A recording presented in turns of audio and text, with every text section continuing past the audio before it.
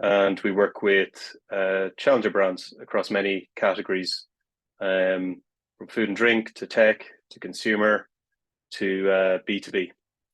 And the purpose of today is to talk about the ROI or the business case for branding. I think it's something that is quite topical, and it's something that a lot of clients and people we speak to ask us to talk to in more detail. And why wouldn't they? Obviously, we need to understand the impact of our work.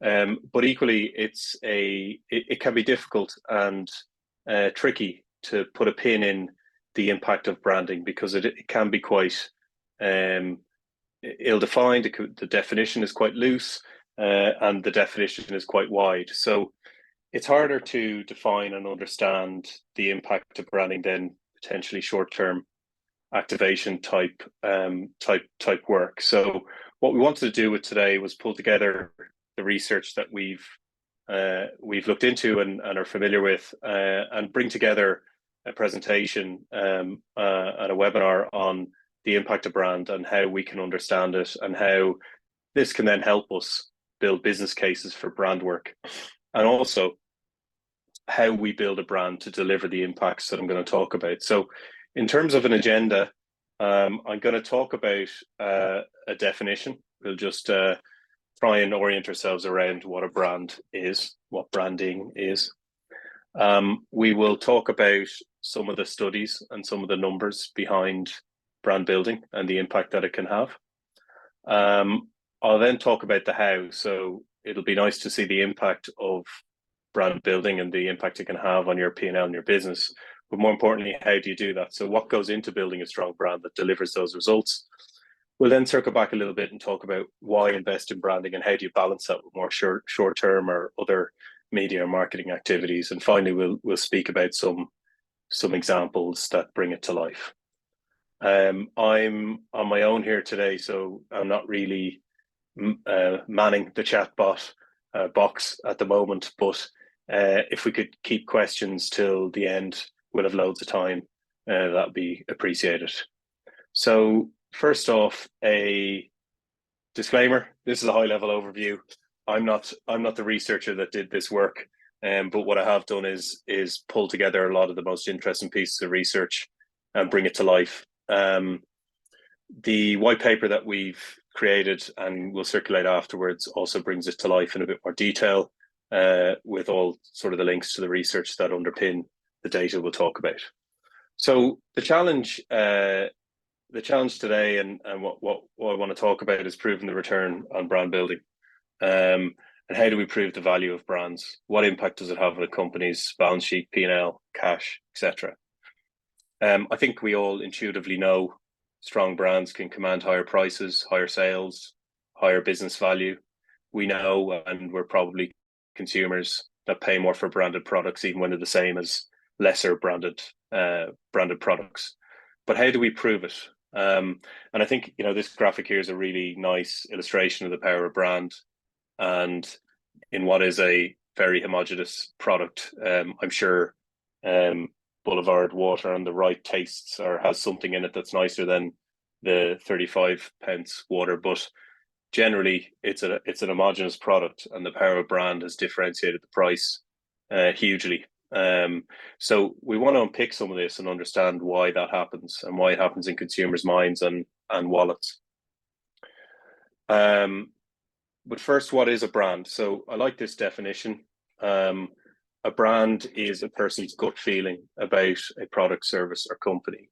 So it's like when you meet a person, it's the sum of all the impressions you get when you meet that person: how they look, how they talk, what they say, their actions. A brand is the same. It's a sum of people's impressions. It's not a logo, it's not a color palette, it's not a slogan. It's all of that and more. So another definition as well, which sort of brings that together, is it's about the physical set of attributes of a product or service, together with the beliefs and expectations surrounding it. So a very human definition, rooted in psychology, behavior, quite ethereal, slippery. So how do we sort of put a pin in that and make it a bit firmer in order to measure it? there's a whole industry around this, and there's a whole set of research which, before we talk about what a strong brand is, I'm going to talk about some of the numbers behind what a strong brand can deliver, that we see in the research and the studies. And then we'll come back, as I said, to show what goes into making a strong brand in order to deliver some of these numbers. So this is sort of the best way of summarizing brand building on a page or in a graph. Effective brand building shifts the demand curve up and to the right. That means brand owners or marketeers can leverage that shift in either higher volumes, higher prices, or both. And that comes together in this sort of simple equation where we say a strong brand results in higher sales and or higher prices at higher margins, which generates incremental cash flow, which increases the valuation of a business. So diving a bit deeper into that equation and understanding what a strong brand does, we can unpick it a bit more here.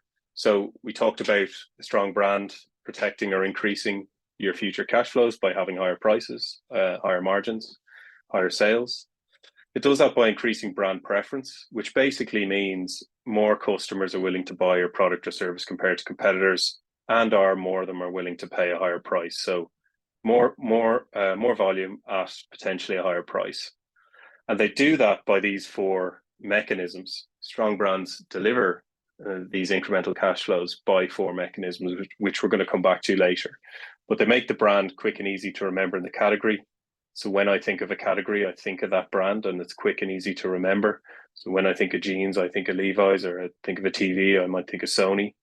So those brands have done a job in being quick and easy to remember when I think about a particular category. They connect the brand to consumers' needs and expectations. So when I have a need or an expectation, that brand comes to mind. So a really good example I saw recently was in the alcohol category, where different beer brands or different drinks connect themselves to different category points and needs.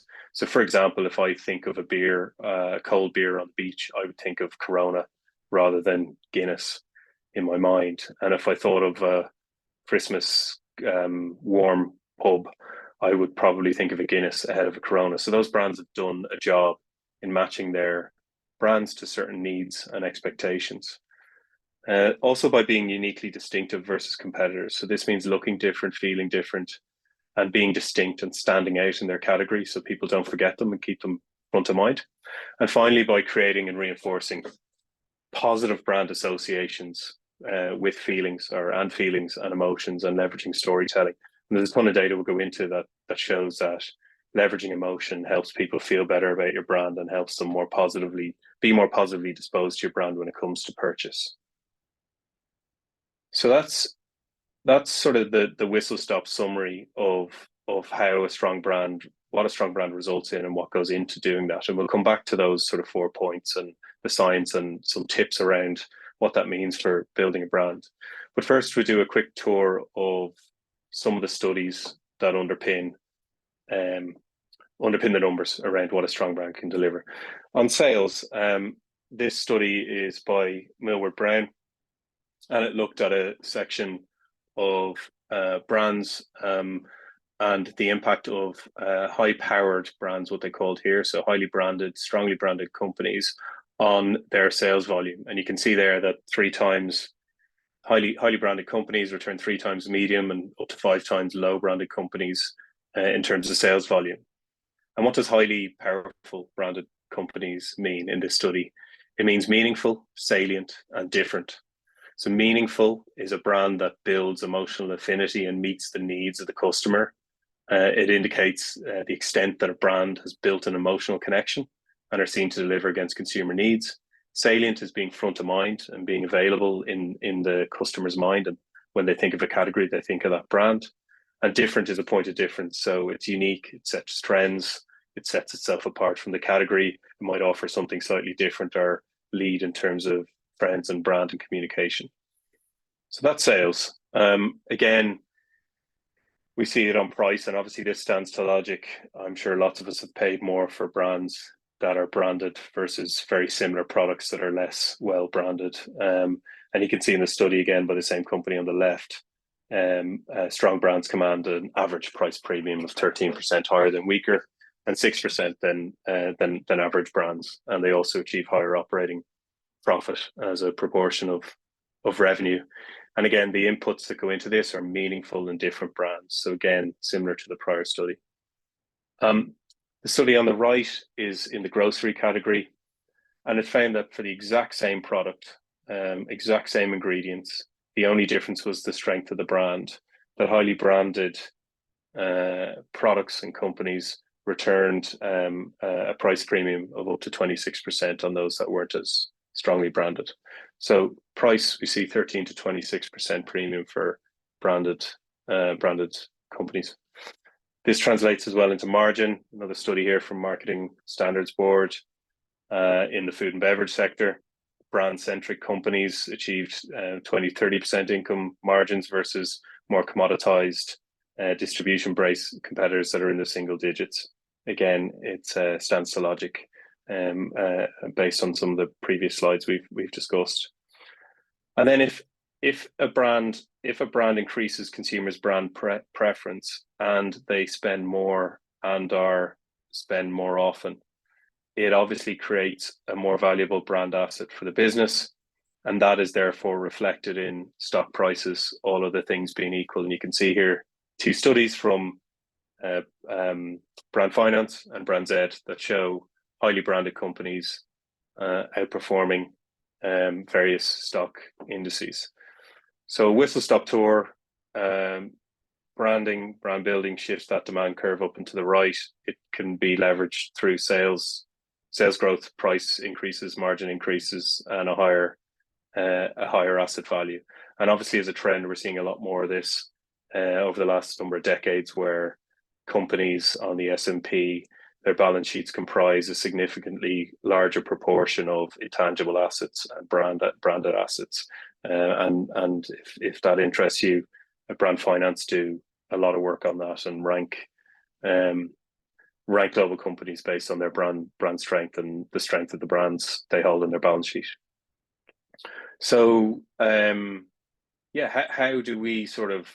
how do we unpick some of that for our own brands? How do you build a strong brand to result in some of those nice results? And what does the science, data, and evidence and case studies show? So back to our original equation, we want to focus on these four things: being quick and easy to remember, the sort of Levi's example, connecting the brand to consumers' needs and expectations. Again, that sort of Corona Guinness example, by being distinctive versus competitors. So, what makes a brand stand out? We'll talk about that. And the emotion piece, we'll talk about some of the science behind that. So delving into a bit of them, a couple of things that really stick out in the research. Why are those things important? Where did this come from? A couple of key points from the way humans behave. Our brains take shortcuts. So we have to process a million and one things in a day. And where we can, our brains want to be as energy efficient as possible. So consumers and humans take shortcuts with their cognitive processing. And what that means for brands, summed up in this quote, emotional, not rational, associative, not logical. People just don't spend a huge amount of time thinking about products and services. Most of their decision making is gut feel. So this translates into or is represented as well in studies. And there's a famous book, Thinking Fast and Slow. And again, the economist who wrote it, Daniel Kahneman, spoke about how decision-making processes take a lot of mental effort, and therefore we're not always rational. And therefore we take shortcuts known as heuristics, which help us shortcut our decision-making process and get to a best effort decision. And one of them that's important for the purpose of this discussion, is the availability heuristic. So it says that given a choice of several options, people tend to prefer the one that comes to mind easily. So again, taking that shortcut, what comes to mind easily, I'll go with that.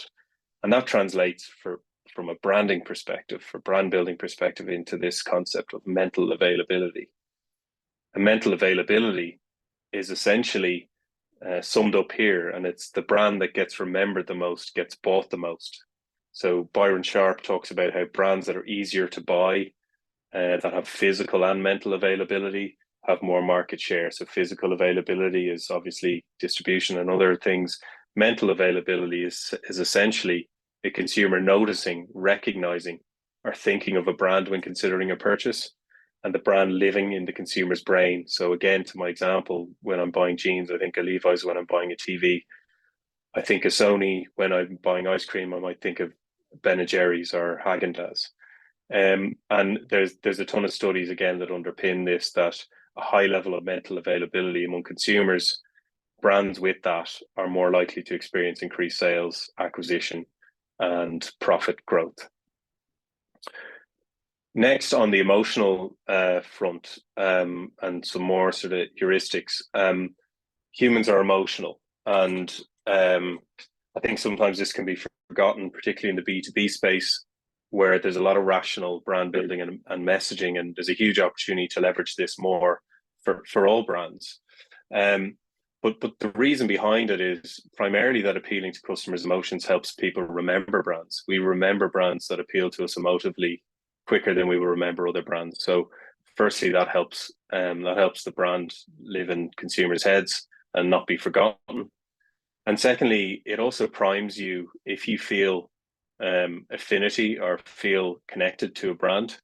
You're also primed for future sales messaging where it gets to more closer to buying intent. You feel good about the brand, and therefore you're more likely to engage with the brand's products or services closer to your buying decision. And then another bit around emotions in branding is that, again, this stands to logic, but we all remember stories much better than we remember data. It's why people talk in stories and less in data, says he who's sharing a lot of data here. But anyway, stories are 22 times more memorable than facts alone. And that's even in the instances where you're sharing a story that underpins or talks about the facts. So between those two sort of bullet points, it's really important that brands speak to their customers in an emotive way. And that's not at the expense of being rational, and it can be done in a balanced way, but it's a missed opportunity if it's not done.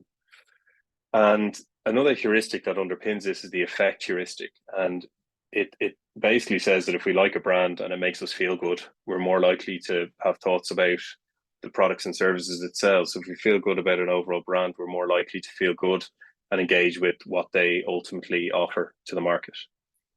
And this is backed up by studies and data. You see here a 20-year study. It says B2B in the header, but it's both B2B and B2C. And you can see the brown bars represent the importance of emotional over rational when considering at a consideration point for engaging with a brand. And you can see in both B2B and B2C, it's more important, if not equally important. And that's not to say that the rational piece is not important. And in fact, that becomes a lot more important the closer you get to the sale. But when you're trying to build a brand and get people to remember, feel good, build affinity with your brand, emotive and storytelling is really important. And those studies sort of back it up. So if we're to wrap all that together, like those four things we talked about, and try and summarize it a bit into what we can do with our own brands and how we can sort of leverage some of these studies and heuristics. It comes down to a few points. Making it effortless and automatic for customers to choose our brand. How do we make it really effortless and painless in their brain to think about your brand and to build that connection? People don't have time to go searching. It needs to come to mind as quickly as possible. Building mental availability and occupying a space in consumers' minds. So when consumers think of a category, they think of your brand, or when they think of a need state, they think of your brand. How do we do that? And leveraging emotion and storytelling to be more memorable, create those links in a consumer's mind. So I think distilling that into two things that are really tangible and two recommendations that we would sort of take away from this, because there's obviously a ton to get your head around. But I think the two things we can really leverage in brand are distinctiveness and emotion. And distinctiveness is essentially the hypothesis or the goal that ultimately the first rule of brand should be, first they should know it's me, and building a brand that is memorable and people don't forget about you and remember you. How many times have we forgotten brands? How many times have we seen an ad for something and thought I might go back to, but you've forgotten the brand name or you've forgotten everything about it because it wasn't memorable? And distinctiveness is about negating that and triggering people to think of the brand and always occupying space in consumers' minds so they don't forget us. And it's basically a distinctive brand asset, or distinctiveness is about building a distinct brand and a memorable brand that people don't forget.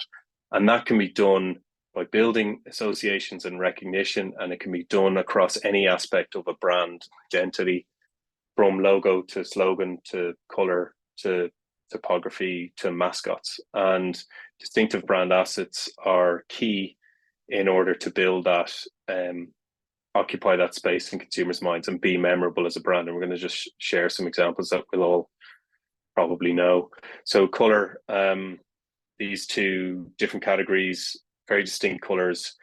Most of us can probably guess at least one of them, what product they represent.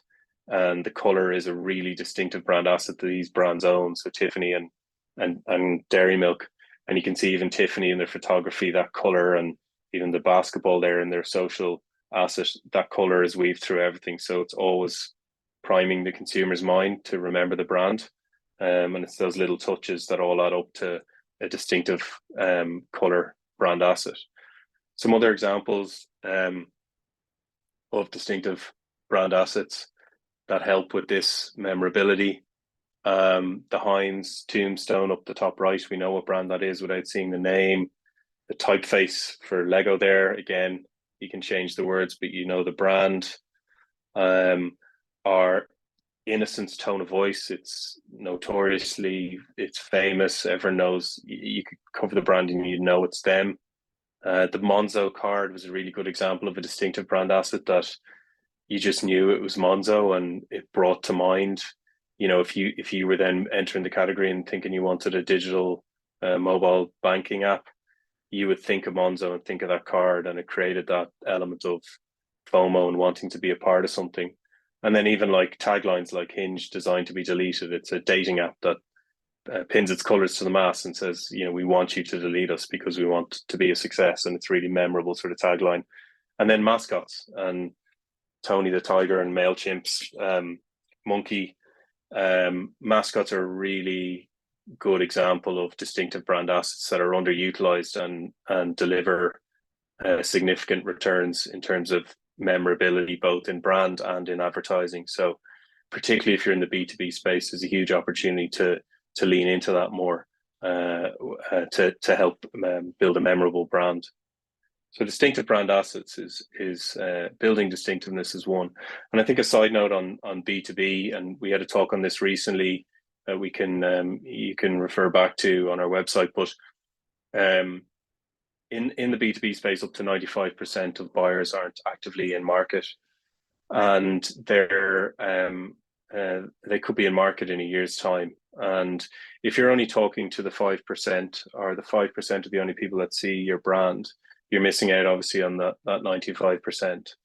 And a key element of addressing and speaking to that 95% is building a brand that's memorable, emotive, builds those memory links, that talks to customers' pain points and needs, etc. So I think, even in the B2B space, it's even more important to have some memorability, or have a memorable, distinct brand that people remember, because when it comes to the point of purchase, they'll have forgotten about you if you're not consistently front of mind.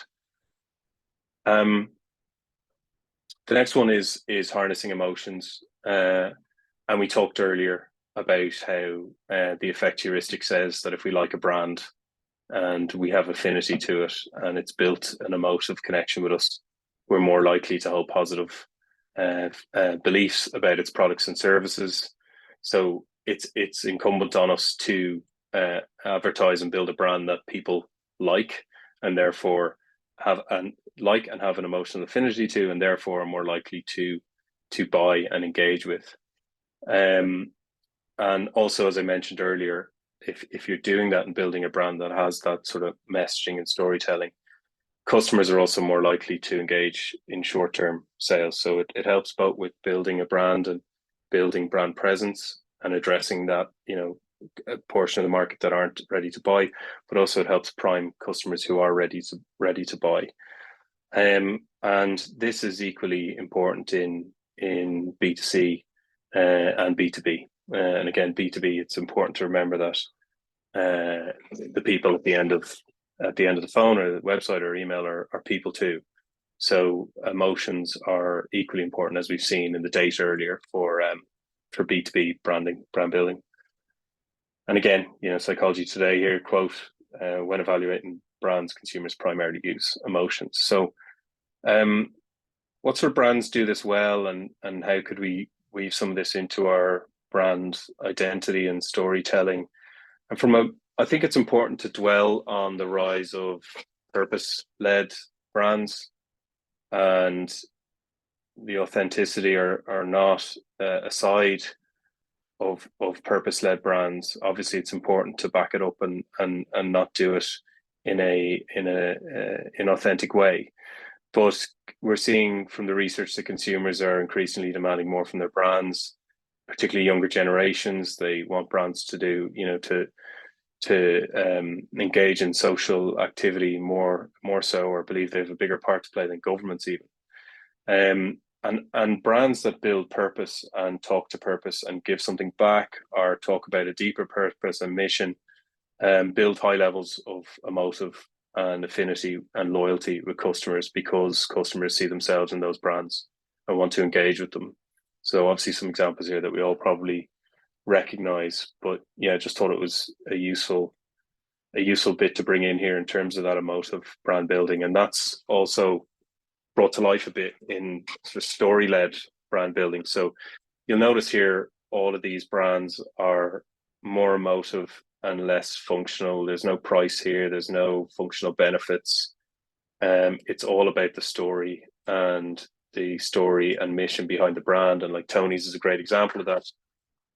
They have a very distinct brand, so they would tick the box on the prior slides we talked about in terms of distinctive brand identity with their visual identity, but also like in terms of their story, there's a deeper story and mission to it. Even their packaging and the way they cut their bars underpin their mission. So the bars are cut unequally to represent the inequity in the supply chain, in the cocoa supply chain. So all of these are built around stories, are built around vision, built around mission, and again, lack of functional benefits or functional messaging. So when you're building a brand, it's building a brand around a story and a mission, harnessing emotions, and then bringing it to market with emotional storytelling and advertising, and balancing that obviously with the rational that we talked about. But in terms of creating the brand in the first instance, this is where opportunity lies. So bringing it back to our original equation, we saw how a strong brand, we saw the data behind a strong brand can equal higher sales and higher prices and higher margins. We dived a little bit into what comprises or what goes into a strong brand, and we pulled out two key things that that can contribute to that. And obviously that's not the be all and end all. This is a bit of a whistle stop tour. But we think distinctive brands and leveraging emotion and storytelling are really key building blocks to unlock some of this. Just going back to now, some of the stuff I've touched upon in terms of why invest in brand building at the expense or instead of or alongside shorter term marketing activity. And I think this slide kind of sums it up quite well in terms of current versus future cash flows. And I think the slide on the right is, while it's B2B specific, is equally applicable, maybe not in the same proportion, but applicable to B2C brands where you've got in-market buyers here representing current cash flows, and then you've got out of market buyers representing future cash flows. And as per the quote, activation is about getting an immediate sale. Brand building is about getting a longer term flow of sales, revenue, and profit now and into the future. And if we only address the 5% or whatever that number is in the activation space, we will find it more difficult to grow because we're not addressing potential future buyers.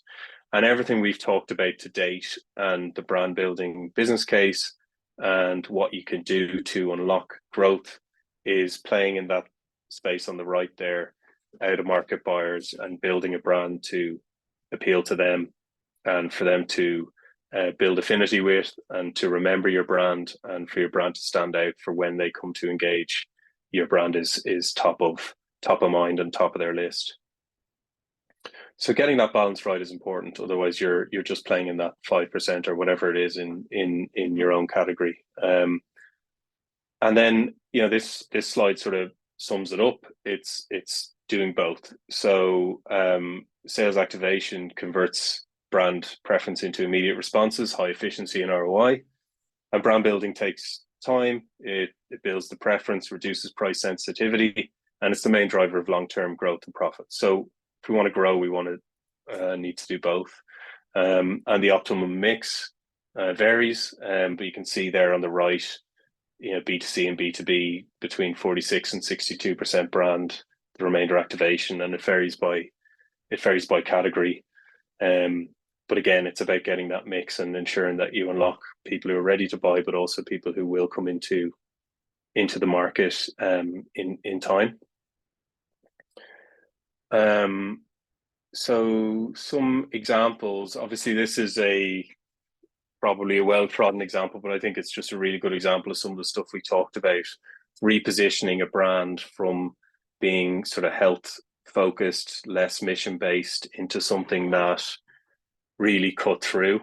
Their rebrand 10 odd years ago, their sales went from 10 million in 2013 to 200 million in 2019. It's the second largest oat milk brand in the US. And what they did was essentially reposition from a health brand to an activist brand, and they disrupted the industry with a reverent tone and a commitment to sustainability. From a design perspective and a brand perspective, there's distinctive brand assets. They've got the bold typography, they've got graffiti style graphics, highly distinctive. It stood out in shelves, drove brand recall, improved memorability. And then in terms of when they brought the brand to market, all of their campaigns were really unconventional. They were disruptive, conversation starters, really clever, challenging industry conventions and beliefs, really memorable. And yeah, I just think it's a really good example that knits together a lot of the stuff we talked about: a deeper purpose, emotive, distinctive brand building, distinctive assets, emotive messaging that spoke to the climate crisis and so on. And obviously the results speak for themselves. Slightly more recent example. I'm sure most of you have seen this now. It's all over the place, but I think it's the fastest growing non-alcoholic beverage of all time, or at least it was up until recently.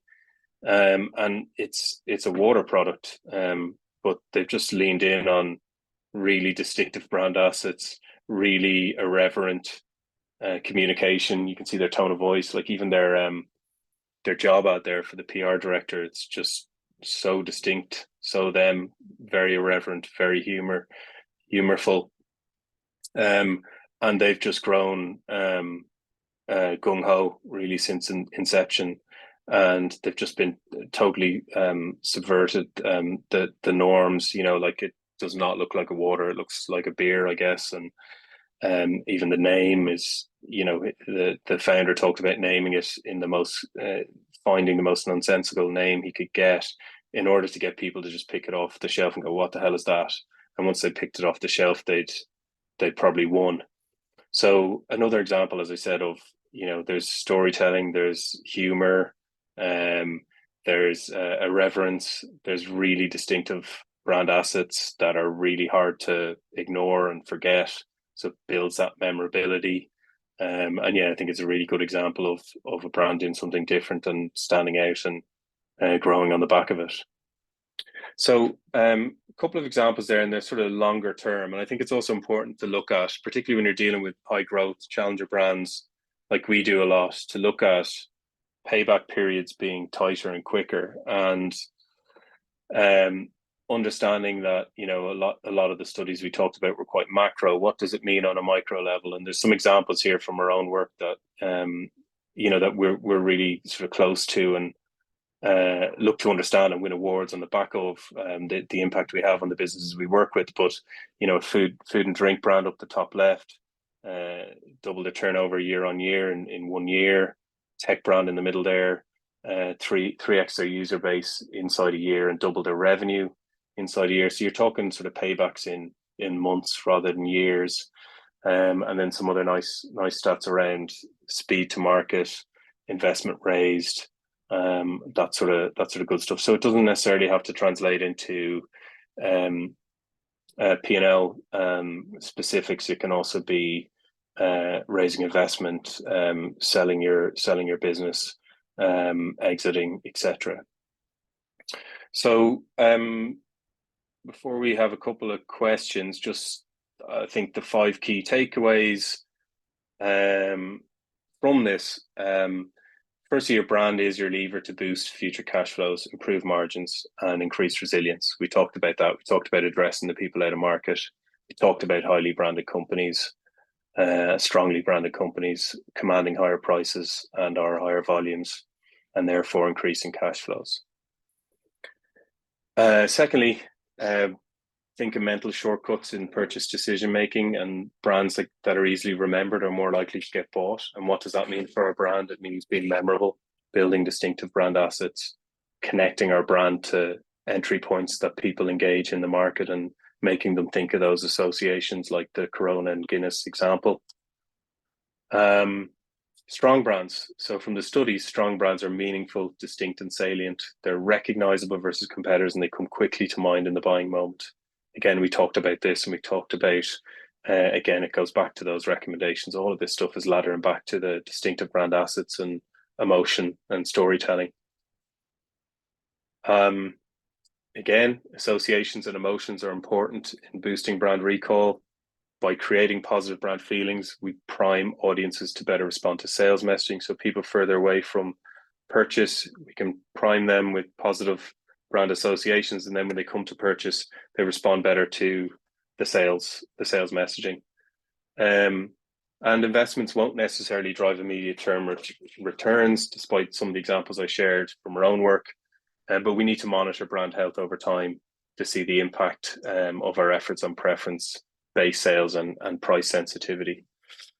So yeah, I mean, that sort of nearly brings it to a close. I think there's a lot to take in, and when we engage in this type of work, we always make sure we get a strong baseline to understand where we're currently at, because this isn't necessarily about a wholesale rebrand or changing everything or fixing everything. It's often a case of looking at our existing identity and messaging and understanding the opportunities to improve across brand identity, tone of voice, into how we market the brand in our campaigns. So we would always advise getting a good baseline and understanding where you're at. And what we typically do is we have a brand score tool where we look at a brand across all of these dimensions and rank where we're at versus our category, or where we're at versus best practice, and find areas for improvement on the back of that. So it's not necessarily wholesale change. It's where can we improve, and how can we dial things up? And obviously the opportunities are significant. It's about unpicking where's best and where you can get most bang for your buck. So for people who attended today, we are giving away 3 of these audits, which would be an hour session with a member of our team, going through your brand, understanding where you're at, documenting everything, and pulling out recommendations for improvement, which you can take away and work on. And it's sort of prioritized and ranked as to where you can take your brand. So if you want to enter to win, I will put the type form in the chat, or you can send me an email. So that's everything for today. I've sent a link in the chat, and happy to take a couple of questions if we have any. How as an agency can we be more memorable? Anonymous attendee. Good question. We're always asking ourselves this as well. I think we think about our positioning, our proposition, who are we speaking to, and then how do we build an identity that is more memorable. So an identity that sticks out and people understand your own agency's brand story when they go to engage with you. But happy to sort of pick that up offline. I'd love to discuss and share notes. Any other questions? No. Well, look, send me an email or drop a note if you want to enter the competition. I've put the audit in the form, and it'll come out via email in due course. But yeah, if there's nothing else, thank you all for listening, and I hope it was useful. I'll send the deck and the recording, and look forward to speaking again soon. Have a good day. Cheers.